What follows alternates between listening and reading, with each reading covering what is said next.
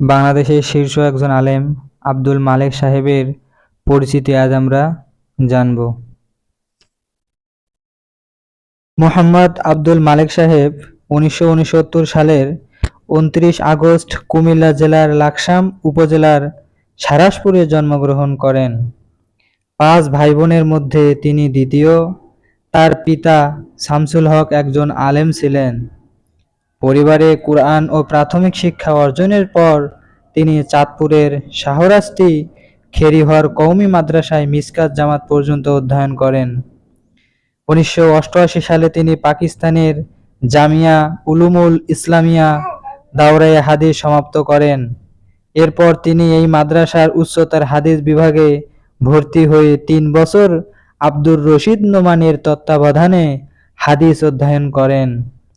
১৯৯২ সালে তিনি দারুল উলুম করাচিতে ভর্তি হয়ে ২ বছর তাকি ওসমানীর তত্ত্বাবধানে উচ্চতর ফিকহ ও ফতোয়া অধ্যয়ন করেন।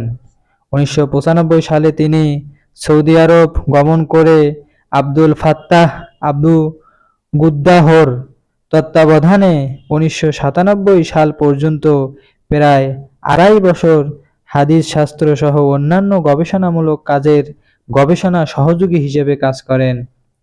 ১৯৯৬ সালে তিনি সহ আরও অনেকজন আলেম ঢাকায় উচ্চতর ইসলামী শিক্ষা ও গবেষণা প্রতিষ্ঠান মারকাজুদ দাওয়া আল ইসলামিয়া প্রতিষ্ঠা করেন। বর্তমানে তিনি এই প্রতিষ্ঠানের শিক্ষা সচিব ও উচ্চতর হাদিস গবেষণা বিভাগের প্রধানের দায়িত্ব পালন করছেন।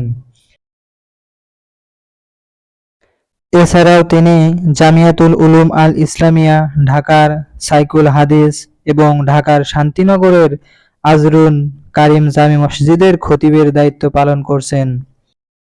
কওমি মাদ্রাসার সরকারি স্বীকৃতি প্রদানের লক্ষ্যে ২০১২ সালে বাংলাদেশ কওমি মাদ্রাসা শিক্ষা কমিশন গঠিত হলে তিনি এর সদস্য মনোনীত হন।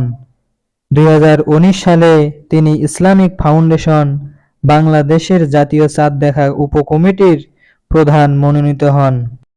২০২৪ সালের ৪ জানুয়ারি আল হাইআতুল উলআ লিল জামিয়াতিল কওমিয়া বাংলাদেশের স্থায়ী কমিটির এক বৈঠকে দেশে প্রথমবারের মতো জাতীয় মুফতি বোর্ড গঠিত হয়।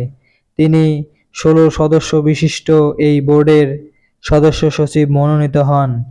২০২৪ সালের ১৮ অক্টোবর তিনি বাইতুল মোকাররম জাতীয় মসজিদের খতিব নিযুক্ত হন।